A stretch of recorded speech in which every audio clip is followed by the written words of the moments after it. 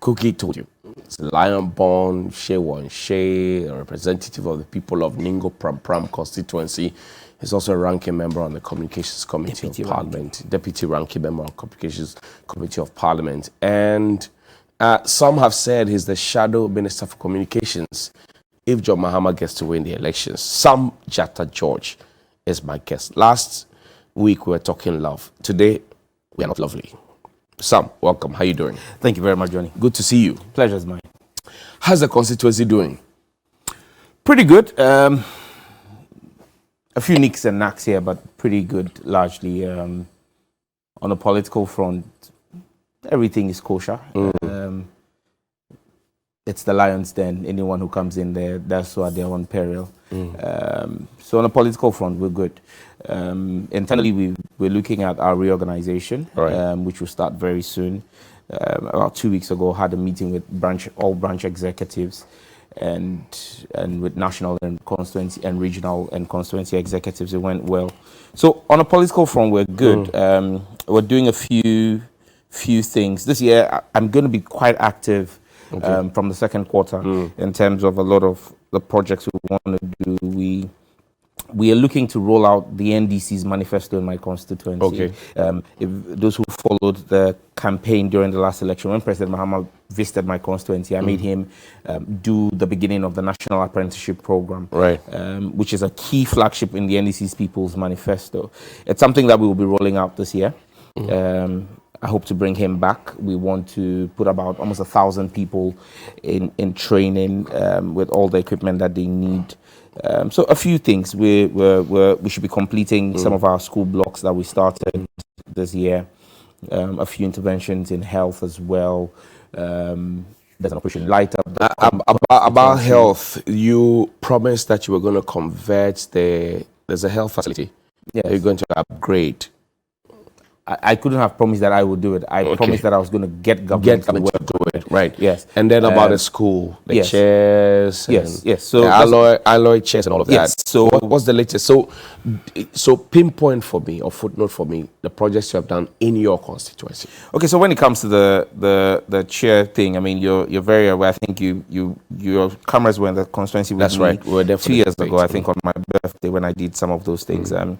Currently, we have refinished, if my memory serves me right, about 12 different kindergarten classroom blocks. Currently, there's a new one that's ongoing in my hometown now here, and we should be completed in about another 3 months. That's a from the scratch. We're building from the scratch, and I've asked that the site for the next one be found in Pram Pram, so we're going to start that as well this year. With regards to school fees and stuff, that's like a given. At the last check, we've put over almost 200 people in university that are on the MP scholarship. And so, we're doing quite a lot in that area. On the healthcare thing, the government said as part of his agenda 111, we're going to start a district hospital at the Old Ningo Healthcare Center. And so we're hoping that... How far away that? Sod was cut for it last 2 Thursdays ago. Yeah, so I'm hoping that it's not going to end up being like the La General Hospital where sod was cut and 2 years on nothing happened. Contractor is on site. On Saturday I drove by the site. I've seen that they're doing the land clearing, but we want to see and I mean the health minister, if he survives the vote of censure in Parliament, should bear in mind, or whoever succeeds him should bear in mind that I'm going to be on their neck to ensure that that's complete. Why are you guys being too hard on the health minister? We're not being too hard. We're just using the law. If the health minister said he stopped thinking, if he stopped thinking, he said when he was doing the Sputnik deal, his own words, he said he wasn't thinking. We don't pay our ministers not to think. There's a reason why there's brain matter in your head is to think. And so if you're a minister of state and you are not thinking, you have no business being a minister of state. Can he not be forgiving? Parliament and governance is not a church. Forgiveness is for God. Are you a difficult person? I'm a loving person, very, very nice. Some say you are rowdy, you are difficult, you are hard, you are too tough. Attributes of a lion. So there's nothing wrong with it? Absolutely nothing wrong with it. I mean, it's what makes me me. I can't be you. I don't know how to give Johnny's bite. So yeah, that's you, you know. So it's who I am. I say it as it is. I don't know how to sugarcoat things, and it doesn't sit well with everybody. I appreciate that, but I'm not going to change for anybody. I'm going to be the best version of me that I can always be. So yeah. How has life in Parliament been for you? Roller coaster, interesting, fun. At times very demanding. At times you get worried and ask yourself, why am I even putting myself through all of this? Right. But at the bottom of it is that desire. I enjoy it most when I'm out on the field.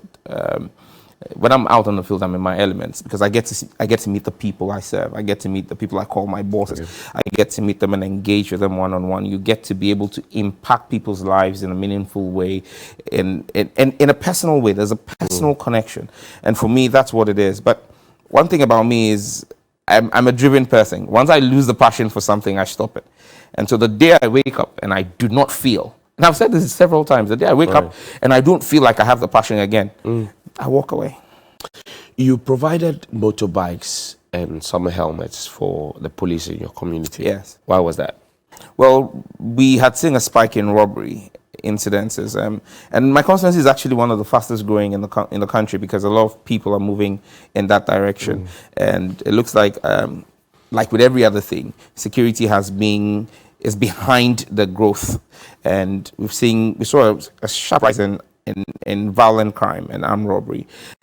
Requests were made to Central Police Command for support. Okay. Many of the terrain in these new settlement areas do not support the saloon vehicles that the police have. And so it had been a problem. I mean, 4 years ago, I'd given them 2 pickups. I got them 2 pickups to do their work, but it's been 4 years. I mean, wear and tear has happened. Right. We've been trying to maintain other vehicles and all, but clearly the police commander said to me, look, if we have motorbikes, high-capacity motorbikes, we can do patrols, we can have armed police patrols in the area, our response time will be better. And so we said, why not?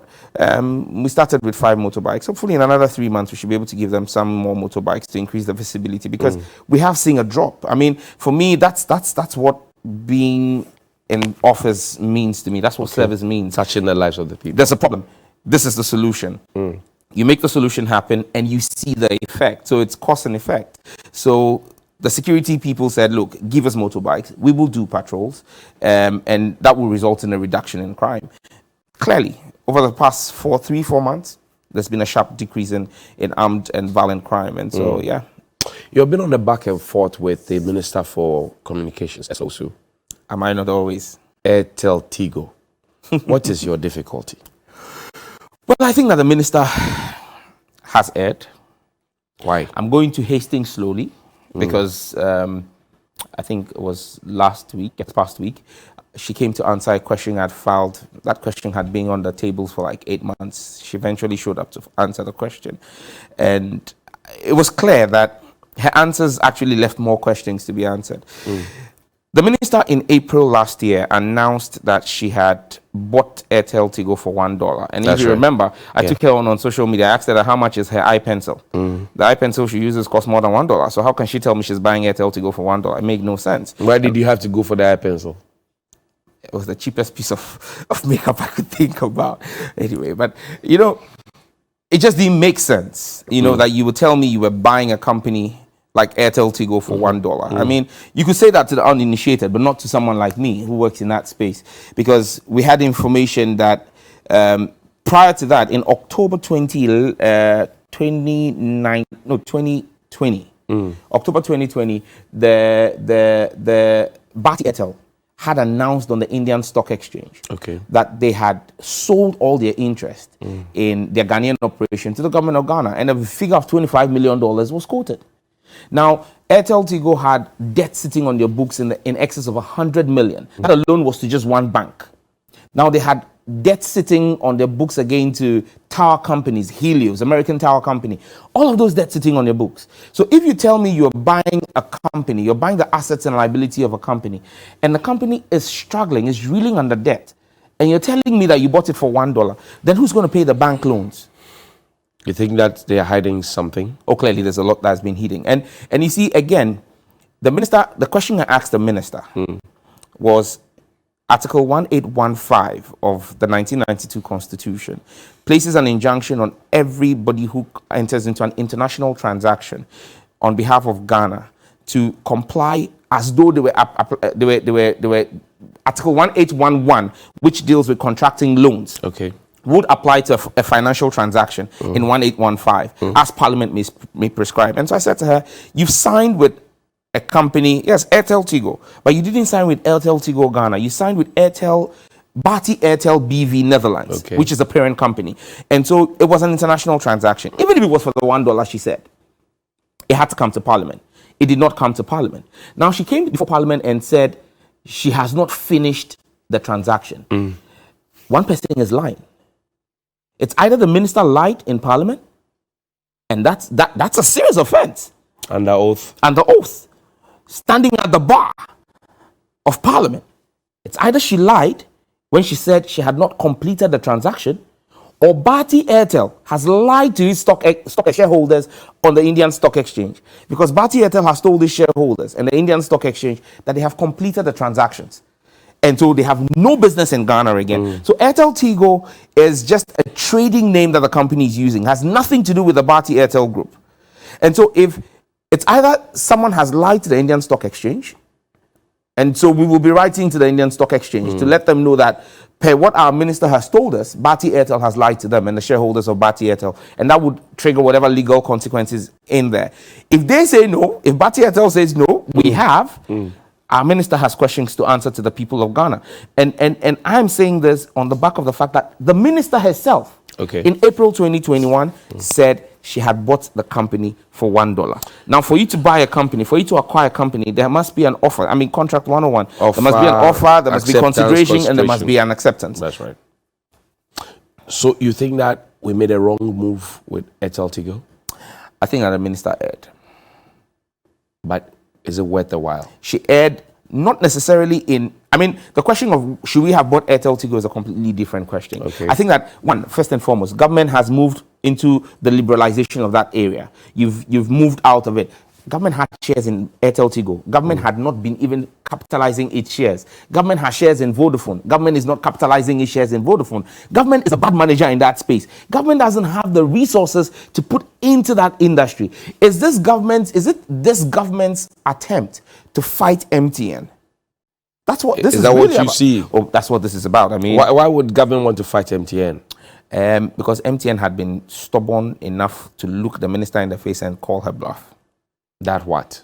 And MTN, Salom and Co, and Co, they're all afraid. Right now, they're afraid. They're afraid of what? They're afraid of the minister and what she will do to them. Because she used the ministerial powers to call them an SMP, which caused them to have to raise their prices. The NCA has now decided to fix the prices for MTN, and now they're running away. But you know, the minister asked MTN to release the financial details of their clients. And MTN went to court and said the minister had no power to do that, and MTN won that case. And so they're dealing with MTN. They're squeezing them, and now MTN is afraid. But you see, you don't fight a company that has believed in Ghana. At a time, other people didn't see Ghana as attractive. When we were in government, when I was at the Ministry of Communications with my boss, Honorable Omani Boama, and we did the 4G spectrum license auction, $62 million. AirtelTigo said it was not worth it. Vodafone said it was not worth it. Glo said it was not worth it. MTN believed in us and put that money in there and got their 4G license. So today, Vodafone has seen the error in their judgment, come back subsequently and bought a smaller block for I think about $13 million. AirtelTigo has lost out on that market. So AirtelTigo has no 4G internet and it's killing them out of the market. If people make wrong business decisions, must you punish those who made the right business decisions? Well, for example, the argument is made that, look, MTN nearly repatriates everything out of this country. So change your investment laws. You don't go after the company. What they are doing is not illegal because of the legal regime you have put for investment. But you want this investment to come into this country anyway. So find a way to get things put right back in the country. Change your investment laws. Make it more difficult using your GIPC laws for people to repatriate money. But you don't go after a company that has had faith in Ghana and over the past 25 years invested in excess of 5 billion in infrastructure. When others were not rolling out infrastructure expansion projects, they put it in there. And then today, you think you want to create parity in the market? That's not how you create parity. I agree, you want to create parity, but there are ways to go around creating parity. You don't go about it the way the minister has done. That's what I'm saying. The minister has erred in one, her policy approach, and two, in the decision she has done to go ahead and do the acquisition without reference to Article 1815 of the Constitution. She's erred. If you met Eslosu today, I know you meet her every day in Parliament, Yes. but if you met her today Yes. in a conclave, what would you say to her about this deal? Slow down, go back, retrace your steps, come back to Parliament, get approval, admit that you were wrong, apologize to the people of this country. If it was other jurisdictions, you would tender in a resignation. But I mean, this is Ghana; people don't resign. So at least come back, admit that you were wrong, get the AGs to give you its advice, make sure you do the right thing legally. Because if you don't do it today, tomorrow it will come back to haunt you. And this is not something I haven't said already. I have said this to her, and and that's why I'm free. I feel free to say, yeah, because look, it is what it is. Today you may walk away with it, but tomorrow you would have questions to answer. Article 1815 of the country of our laws of the Constitution is clear. The Public Financial Management Act again is clear, because has government put any money in AirtelTigo since it took over the company? If it has, there's been nothing that's come to Parliament seeking approval for that. So on what basis did you make those payments, if any payments have been made? There's several questions that need to be answered. You get it? And so, and look, you can come under the Constitution and say, oh, it was a mistake, it was an error, we'll post facto remedy it. But under the Public Financial Management Act, there is punitive measures in there. And the punitive measure there is jail time. I see. So people need to be careful. What are your views about the SIM card registration? Another illegality. Why? There's only one law in this country that allows or regulates SIM registration, and that's LI 2006. It was passed in, I think, 2010 or 2011, if my memory serves me right. Minister at the time was Honorable Harun Idrisu, now my minority leader. Now, LI 2006 is the only LI that regulates SIM registration. In fact, it's called the SIM Subscriber Identity Model, which is what you call SIM. Right. Subscriber Identity Model Registration Legislative Instrument, 2006. Now, that LI is the only law in this country that mandates a SIM registration. It does not mandate a SIM re-registration. What we are doing now is a SIM re-registration. There is no law for that, so it's unlawful. It's unlawful. But the minister is a lawyer. She knows, or she doesn't. There are many lawyers in this town. Getting a law degree does not necessarily mean that everything you have an LLB, so slow down. Yeah, but the minister is a lawyer. Doesn't matter. Doesn't mean that she couldn't get it wrong. Lawyers get it wrong. Everybody gets it wrong. We're human. We're fallible. But people are queuing up to register their SIMs. Oh yes, because they're scared. Scared about the minister's threat. I don't even have a Ghana card to start with. Why don't you? You're a member of the Communications Committee of Parliament. Why shouldn't you have a Ghana card? Why should I? Why? I'm not saying it's wrong. Why does George not have a Ghana card? Maybe someday in the future I may go and get a Ghana card. But the point I ask myself but what was your difficulty in acquiring it? Was it the queues or no? First and foremost, the queues and all of that are one problem. But I think that the process we've gone through with the Ghana card, again, the Ghana card is a creation of another legislative instrument, LI 2111, LI 2111 of 2011. And that law is being misinterpreted by a lot of state institutions. Let me read. Okay, all right. Section 7 of LI 2111 talks about mandatory use of national identity card. 7.1. A national identity card issued to an individual shall be used for the following transactions where identification is required. Now, it does not say shall be the only card. Okay. It says shall be used. So, yes, you can use a Ghana card, but it should not preclude me from using any other card. And it goes on to list about what? And that's what? 14 instances, including payment of taxes, registration of SIM cards, opening of bank accounts. And I've seen that the Bank of Ghana has issued some bogus regulation that if by June you don't attach your Ghana card to your account, they will close it. I'm waiting to see how that's going to happen. Let me serve notice that the minister's threat of SIM cards being deactivated by March, end of March this year, is hot air. It won't happen in this country. Really? It won't happen. There's no legal basis for it. Look, Ghana is not a banana republic. A minister doesn't just wake up and throw orders around. Market. Here. Today Today's first. date. Yes. That what as long as you said will not happen. I said on the 1st of April, people who have still not registered will be able to use their phone cards, their SIM cards. How are you She will sure? come back and come and tell you she's varying it. First April is April Fool's Day. Oh. Why are you so sure? Because because we are not a banana republic, and because you cannot just wake up and say I'm giving 6 months. If you don't register your SIM card, you lose use of your SIM card. Go and take a SIM card. And look at the SIM card. There are terms and conditions that were attached to that SIM card when I got into a contract with my telco, my MNO. Part of it did not tell me that because of a Ghana card, I would lose use of my SIM card. I have a contractual agreement with you. I have airtime I've bought on my card. Then you say you will not. We will sue them from here to Mars. And we will win the cases. Because at the end of the day, you don't just wake up and use administrative. Look, Article 296 of the Constitution is clear. Yes, you tell me the minister has administrative powers. Yes, but Article 296 of the 1992 Constitution, we talked about use of discretionary power, says it must not be arbitrary, it must not be capricious, and it must not be whimsical in its use. This is arbitrary, capricious, malicious. In fact, all the choices you can think about. It makes absolutely no sense. And so I'm telling you, we sit in this room.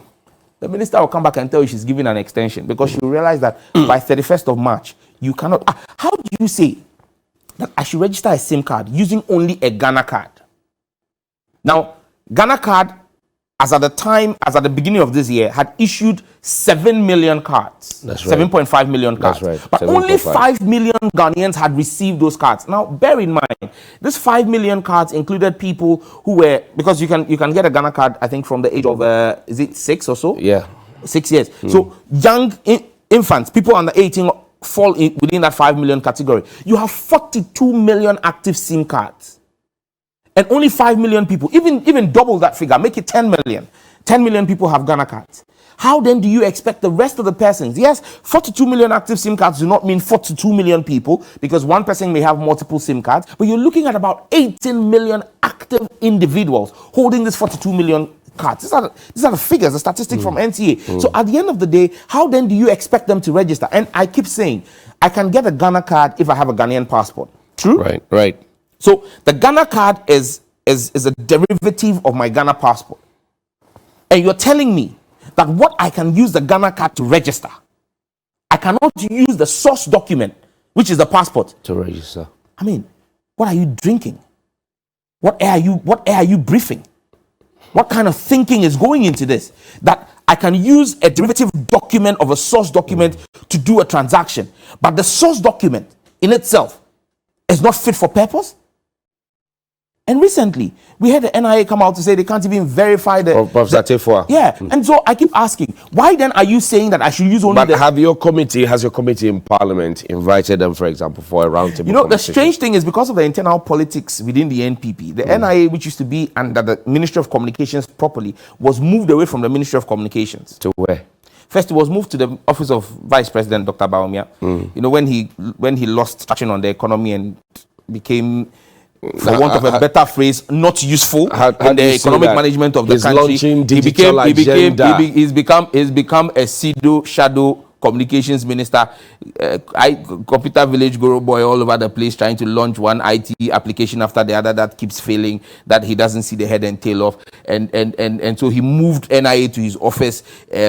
From there, they moved it to the Ministry of Planning. Then from there, they moved it to Ministry of Finance. Now we're here under Ministry of Foreign Affairs. I mean, the center just can't hold. You know, it's a mess. So, you clearly are not happy with the way the sector has been managed. Absolutely, and that explains the mess you're seeing.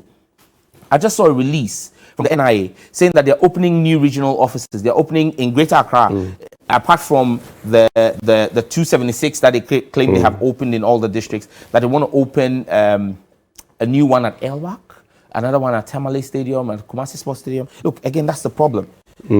So if someone lives in Ada and is having challenges, or someone lives in Pram or Ningo and is having challenges with registration, you want them to pick a car all the way from there and come to LWAC to come and get registered.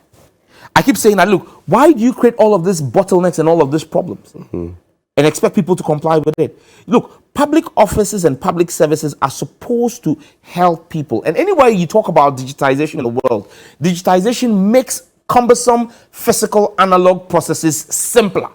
In Ghana, under Dr. Baumia, every digitization program is making it more difficult. Are you not being too hard? How can I be hard on the man who gleefully, like a kid in a playing ground, announced that now you can travel to 44,000 airports with a Ghana card? And then a week later, Nicodemus came and said, yes, you can do it, but please still take your passport along. Is he not a joke? Is that not clownish? That after all the pomp and pageantry of telling us that we could fly, and you got Ghana Airport to issue a statement to all airlines, allow Ghanaians coming to Ghana come in, and then the media went to the same airport and asked immigration, can people come in with Ghana card? They said, we've not been told anything. They asked 5 airlines, can people come in with Ghana card? They said, what are you talking about? What are you guys drinking in Ghana? What's in your water? What's in your public water? You know? And then 3 days later, our jocular vice president comes out. That's not fair to him. What is not fair? Is he not always smiling and nodding his head and smiling? But he's a happy man. Yeah, so that's jocular. No, he's a happy man. That's the interpretation of jocular. He has a happy dispensation. Yes, it's so that's jocular. It makes him jocular. That's not jocular. Oh. Yes, jocular. Our jocular vice president, who announced that you could go to 44,000 airports, his own airport, Kotoka, he tells you that when you are coming, please bring a passport. And they didn't make as much noise with it as possible. You see, so it tells you that the man is in 6s and 9s. He doesn't know what dollar. He said he had arrested dollar, giving key to IGP. Whether when the IGP was handing over, when Apietu was handing over to Opombuenu, or Opombuenu was handing over to Dampare, whether the handing over notes it got missing or what. But all I know is that right now the dollar is dancing skelewu on the bald head of the vice president. Is dancing what? It's dancing skelewu. I mean, the dollar he claimed he had arrested at 4.5 is today 7 and beyond. The pound is racing for 10. And they'll tell you COVID. But why? COVID didn't affect all those other currencies. But be mindful. I mean, the government says COVID has affected us. When they tell you COVID affected a hit. Okay. So COVID economy is there. Okay. How much did they spend on COVID? Has this government been able to tell you how much they spent on COVID? Have you asked that question? We have. They can't answer. Why can't they answer? Because they stole the money. Oh, how? When the government tells you, go and take the 2021 report, that they fed 18 million people in Greater Accra. Sorry, 1.8 million people in Greater Accra. 1.8 million. Come Kekenai, Keloi. There was rice. There was banku. What did they say banku? Banku and what? Circle. For how many? 1.8 million. Rice. Banku was for 2 weeks. Accra, Kumasi, Tema, Kaswa. You live in Accra. Did you get some? I'm not needy. So on what basis they identify the needy? You have 1.8 million needy people in Greater Accra. The government is unable to show us a breakdown of the monies they spent. They claim they gave everybody free water and free electricity. They increased the water and electricity bills 6 months later. So you are paying for what was free. Right now, even when you go and buy meat pie, meat pie, you are paying COVID levy. There's a 1% COVID levy. Go ahead, meat pie. Go ahead to buy your shop near my fuel ticket there. You pay 1% COVID levy. So the government is recouping whatever it claimed it had spent in a 1% COVID levy. But apart from that, we are saying government should tell us how much they spent. But even with that, government got $1 billion from the IMF in rapid credit support. They got another $1 billion in special drawing rights from the IMF. They came and told us they got $130 million from the World Bank. The World Bank, if you take their money, it's like if you are in a relationship with Kennedy Japan, my very good friend, you can't hide it. He will sit one day and name all his children and mention that you cry, he has a child with you. So you can't hide it. Chairman Ken, good morning. He used to be my chairman on the communication committee. Fight you. Oh, he's my very good friend. But you see, World Bank has exposed them. They told us 130 million It's 430 million that they took. Why were they hiding the 300 million?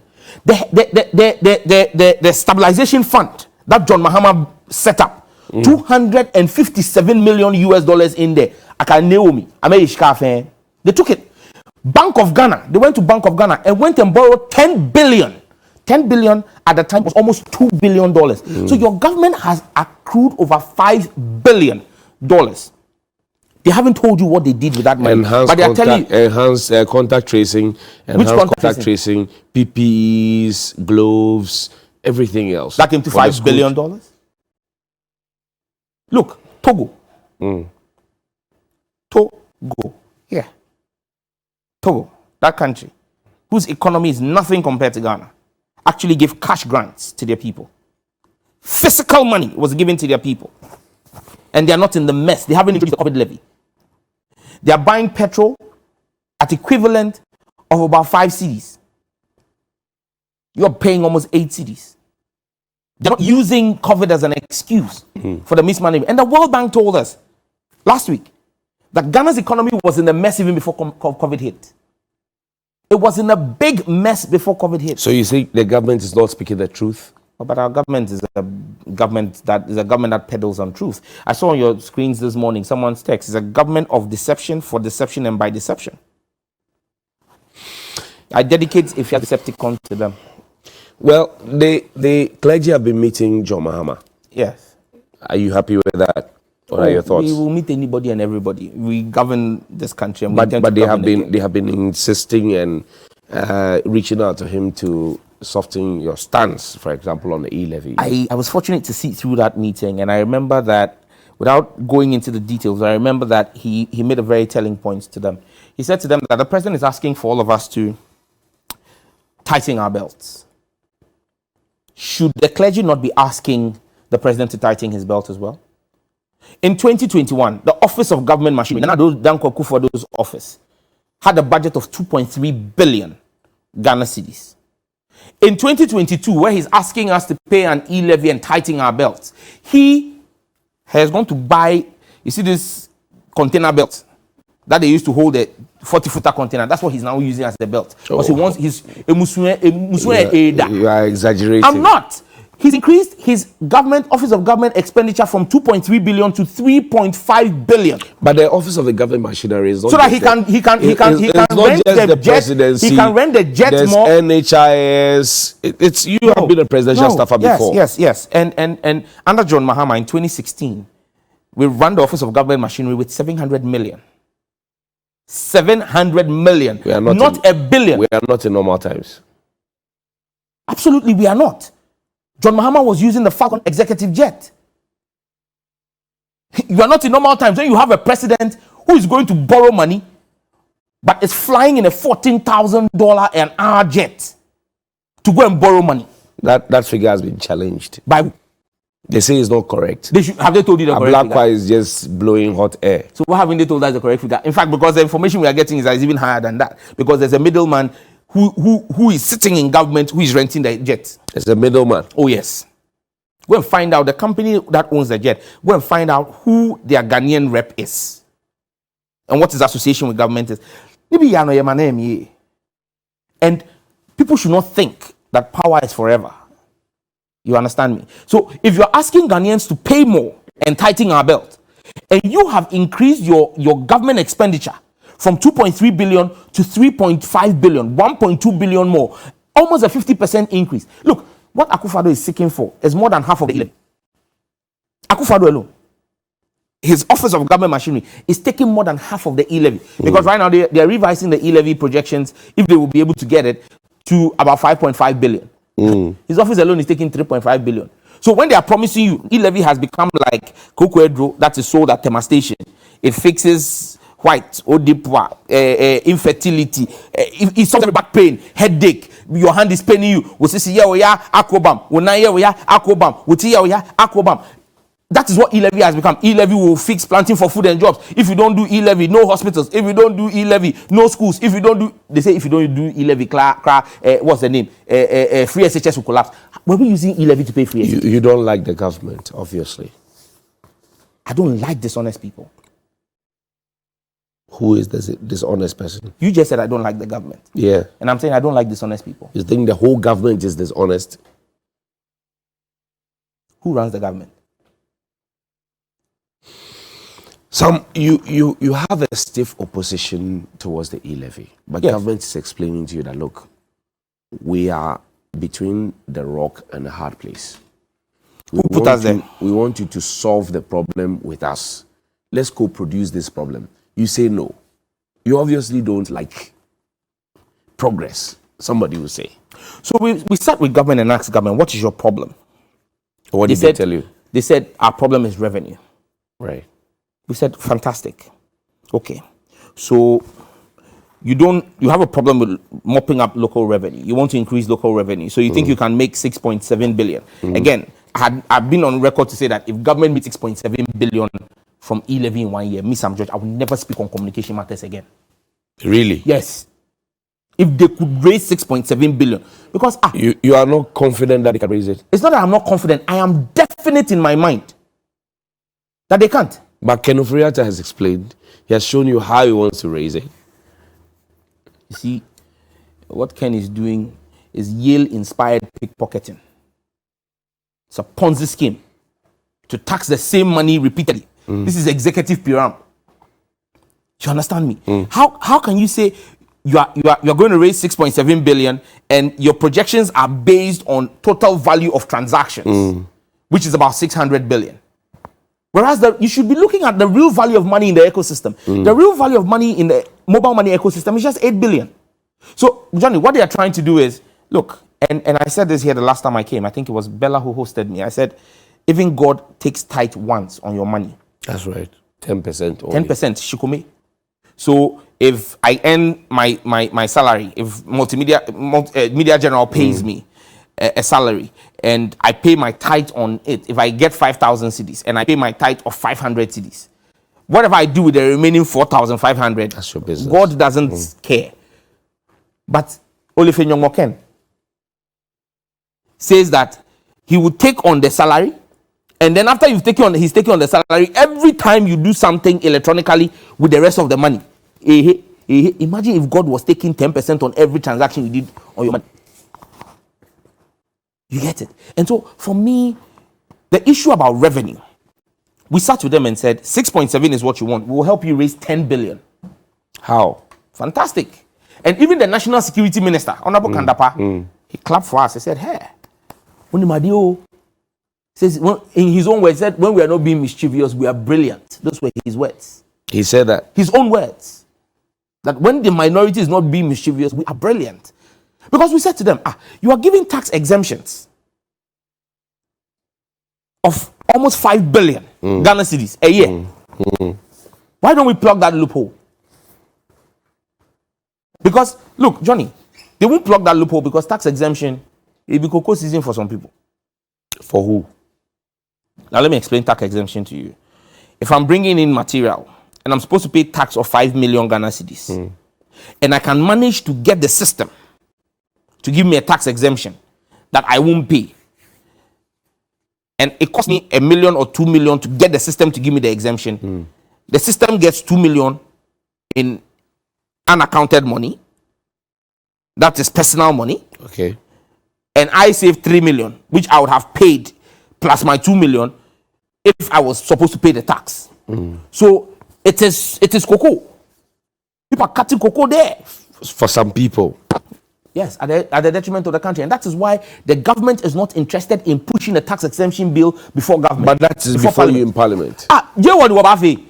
It's government's business. Government has to come. You need to come and move your motion. You need to come and move it through the committee. What is holding it? Government. They're not ready to come. The finance ministry is not ready to move on it. If they are ready to move on it, parliament, we, the minority, we say we will take it, we will support a certificate of urgency. One day, we'll pass the bill. One day, to save Ghana that money. It will save them money. Auditor General says that 12 billion was lost to misappropriation of funds and misuse of money. Salary irregularities, payment irregularities, contract. Now, I sit on the Public Accounts Committee, so I know that all of that 12 billion may not necessarily be lost money. Right. So let's even assume... Government says it's recoverable. Yes, let's assume that for the purpose... Not all of it is recoverable. Let's even assume that they do a 50% recovery, which is actually a very generous position, because most times recovery is around 23%. Okay. But let's even do 50%. It means that still 6 billion has been lost because of the loopholes in the system. If you close those loopholes, which government knows, you've got 6 billion, 5 billion, we've given you 11 billion already. So that's why Kandapa said you are smart if you are not being mischievous. We showed him. And these are just two of the... We put about 6 options on the table of how to raise So why is government not listening to you and still insisting on the E-levy? Because even when before the E-levy came, they had gone to start changing the shareholding of a company to collect the E-levy. And had put in the budget, check the budget, they had put 241 million Ghana cedis, $40 million in there for a company to collect the E-levy. What is GRA's job? Why is it that individuals in government had started changing the shareholding of a company to then take 241 million Ghana cedis from us? Is the way they did the E-levy cake and they cut it and they shared? No. That's how they are going to say your party money. Brought it to them. Again, the same person who said it, Arnaud Dompré, who went out and said, is the same person forging his own members' signatures to do a private member's motion on the death of Professor Mills. Now the members are saying that it's not true. Lies. The man who had the birthday party has come out to say that it is a businessman friend of his who sent him the But we don't know who it is. But clearly you know it is not a businessman friend of his, is not an NDC MP. Is Adjoa in Parliament? You should be asking... Have you seen her in Parliament? No, I haven't. You haven't? No. She has not come back? I don't know. What about Madukua? I saw sometime last week. Or, no, last 2 weeks, yes. But as to their whereabouts, you need to ask their chief whip. I'm not done. If he's not busy forging signatures, he should be checking on where his members are. That's your leader? Their leader. It's not your leader? My leader is Muntaka. My chief whip is Muntaka. Okay. You are on record to be to have been very, very definite on protecting family values, LGBTQ plus. Yeah. They are not happy with you. When I came into the studio this morning, you were all over the place. I have 3 beautiful ladies. I have 3 beautiful ladies. That's off record. Did you say it or did you not say it? It's off record. You were excited that you had Bella, Cookie, and Juliet in the studio. It's off There record. are about 5 cameramen here. You weren't celebrating any of them. Why? Because that's how they hired me. When they hired me, they told me I was coming to work with three ladies. So you're not excited. They didn't tell you work with cameramen. They didn't write it in my contract. By your contract, they wrote that you work with 3 ladies. 3 years. What about I mean, you cannot for the life of me explain to me. And again, this morning I saw parents in Brighton are absolutely furious, Brighton in the UK, because now they say that you shouldn't say your mom has come to pick you up or your dad has come to pick you up. They say you should say your grown-up has come to pick you up. Yeah. They said because there are some of the kids who have mom and mom. So if you are using dad, you make them feel like they are not adequate. So my own child, who has a mother and father, must feel inadequate for someone who is in an obtuse relationship to feel adequate. I mean, they tell you, and I ask them, in Scotland today, a 4-year-old is by law allowed to go to school without the consent of a parent and change his sex. So you have a 4-year-old. He's a boy, biologically. You know it is there. We see he's a boy. Then he wakes up and goes to school and goes to tell his teacher he feels like he's a girl. And the teacher is mandated by law to change his sex without recourse to you, the parent. Is this right? It should be his right to pay his own school fees, feed himself, and put a shelter over his head. You don't ask me to do that. I can't be your parent. And look, and I keep saying to people, they cite the international conventions. If you go to the African Charter, the African Charter on Human and People's Rights, it says there, I think in Article 18 of that charter, that parents have a right to determine what kind of education their children must get. And so, at the end of the day, every parent has the right to what kind of socialization their child must. Even the international charters recognize that. And so, and look, on this whole thing, I've been saying, people talk about rights, they talk about international conventions. There are two constructs here that the LGBTQ people muddle and try to use to befuddle the issues. They try to confuse sex and gender. Sex and gender are not the same thing. Sex is a biological construct. There are three strands of sex. 3: male, female, intersex, or what we used to call hermaphrodite. Male, female, intersex. So you're either a male, you're either a female, or we have what we call freaks of nature who end up coming as intersex persons. Now, even with an intersex person, you are still able to do genetic sequencing to be able to determine what is the predominant gene in there, or what is the predominant trait by doing the testosterone test. We've got the SBHB test and all of those things that they use to determine that this is the level of testosterone in the person. If not, this is or you do the estradiol test, which shows you the level of estrogen in the person. So you're able to determine, is this person male or female? The hormonal balances. You're able to check and tell what the person's sex is, and then you can do a corrective surgery to then help that person realign to either male or female. Now, gender is a completely different thing. Gender is not a biological construct. Gender is a social construct. At the last check, there are 49 different expressions of gender. There are lesbians, there are gays, there are transsexuals, there are all kinds of things. In fact, one of the latest ones they've added, they call it 2S. Which is what? Two-spirit. Two spirits. Yes. Highly, So, they've put themselves in that because if you have spirits manifesting in you, and the two spirits is that in the morning the person wakes up and is manifesting as a man, in the afternoon he feels he's manifesting as a woman, you need deliverance. But they put it in there as a gender description. It's highly spiritual. Adult music. You know, I mean, how that can become an issue that people want to shove down our throats. And I keep saying, if you take all the international conventions, when they talk about the basis on which discrimination cannot happen, it's either ethnicity, religion, race, nationality, sex. Gender is never one of them. But you have heard the pushback. I mean, your committee has been receiving memoranda and people coming before you. Last week was the intersex community, they came to you. How do you feel about the pushback and the interventions people want to make on the bill you want to push? It's welcome. It's part of the parliamentary process, and we expected it. But you see, for me, I've largely been disappointed because there's been a lot of emotional hubris and very lacking in a lot of intellectual depth. Because you look at some of the things. Take, for example, the intersex group that came on Thursday to meet us in Parliament. I asked the guy a direct question. He said we were criminalizing. He actually made specific references to clause 1, clause 2, and clause 23 of the bill. And I said to him, clause 1 is just application. So every bill applies to somebody. You understand? So take, for example, if you take the E-levy bill that's come to Parliament, it applies to some kinds of transactions. So those transactions are listed there. How that can be a criminal, how they interpreted that to be criminal, I asked him, I said, how do you have a problem with us saying that the bill deals with members of the community and lists persons who are intersex as persons it deals with? Because we actually deal with them in the bill.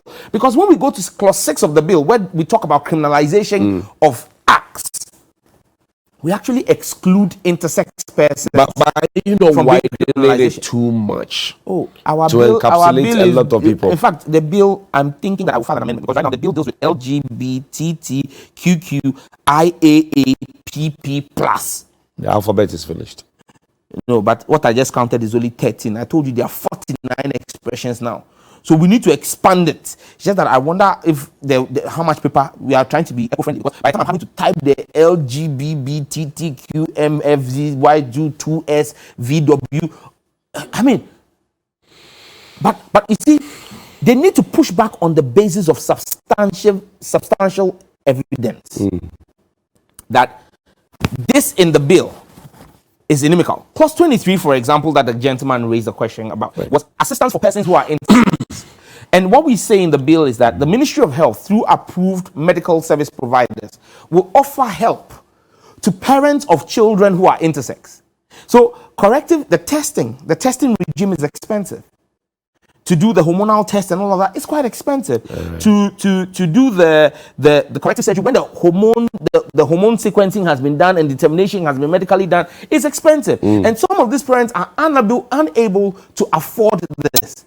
There are medical practitioners and support groups who have the funding and who are willing to support this person. And we're just saying in the bill that support should be offered to persons who want to take advantage of it. How does that become criminal? How does that become inimical to them? But that's an issue that they are running around and running riot with. So you realize that a lot of it is just people are not taking the time to read the bill. Do you think the bill will pass? I'm absolutely confident in my mind that the bill will pass. Do you get threats? Oh, threat LP. Because you're talking about this. I mean, not just locally, internationally. And maybe one day, after all of this is said and done, and when I write my book, I would talk about some of those things, some of the international consequences I've had to bear, not just me, my family. You know, the price we've had to pay. It's just, but you see, I keep laughing. Every time I meet a stumbling block, I laugh. I say, you guys don't know the person you're dealing with. These things, you're just making me dig in deeper. So go and in fact, they will have to do all the sanctions they've put on Iran and North Korea and Russia together. Even now, I won't stop me. The bill, we will pass it to the glory of God and we will pass it to shame the devil. Here, the devil is symbolic of all the forces. Who is the devil? All the forces, international and local, that are fighting. The devil. Yes. It's figurative. Yes. I see. We'll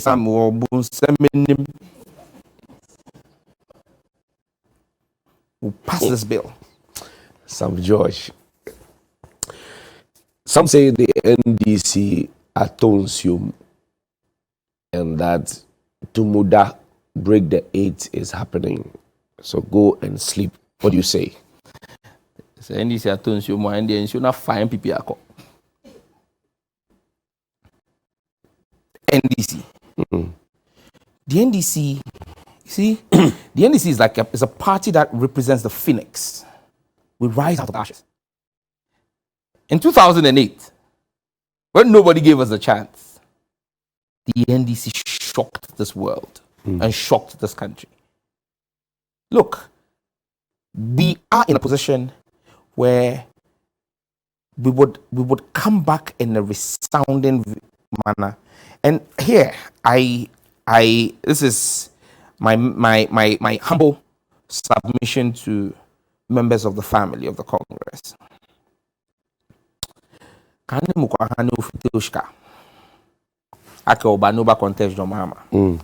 Really?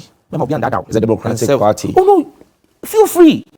But you see, that's why I said it's a friendly request. It's a humble submission. I can't stop anybody. But you see, you need to think properly before you spend money. Because under this government, getting money is hard. It's easier to get water out of stone than to get money. So if you're going to contest an election where your percentage you will get is not going to be enough to even get a man drunk, it's less than 3%. You get it. And if a man drinks a bottle of alcohol that's less than 3%, you will get drunk.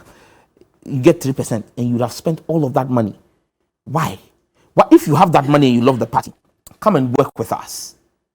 And let's work towards recapturing power. The NDC is poised to win power because we're focused. There are mistakes the party has made. Mistakes that must be corrected. Because take it from me, I'm not part of those who believe that 2024 is a done deal. No. But have you seen the Kwesi Botwe report? I'm not a part of the national executive that was presented. You never saw it?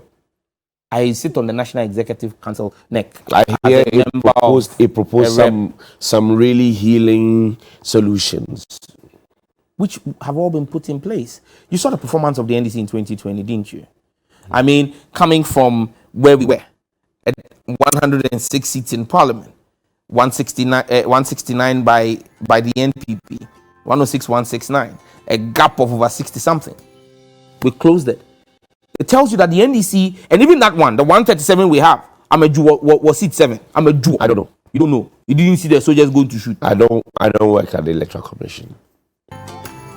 Charlie, you are not a timid soul. Don't behave timid and don't behave timorous. You and Shatawale smoked a peace pipe. What was inside that pipe?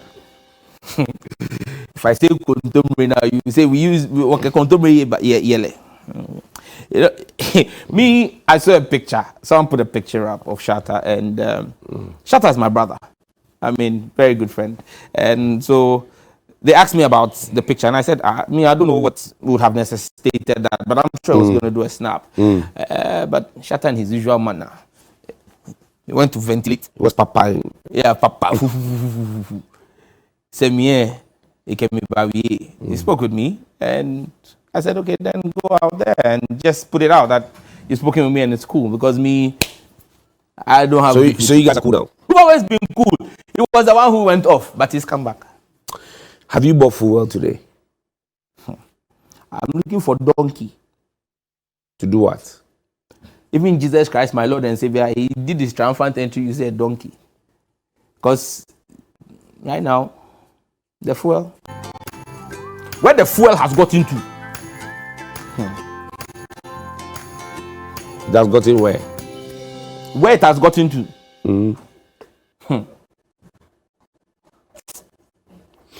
Some say you are very vocal on LGBTQ issues. You're supposed to be a change agent, looking for development for the young people and blah, blah, blah. Why don't you use that same energy to get help for young people? But we're fighting for young people. One person who is very active and very vocal on issues involving and affecting the youth. And at this point, let me raise one issue that affects the youth, which the president promised. I told you that I don't like liars. I don't like deceptive people.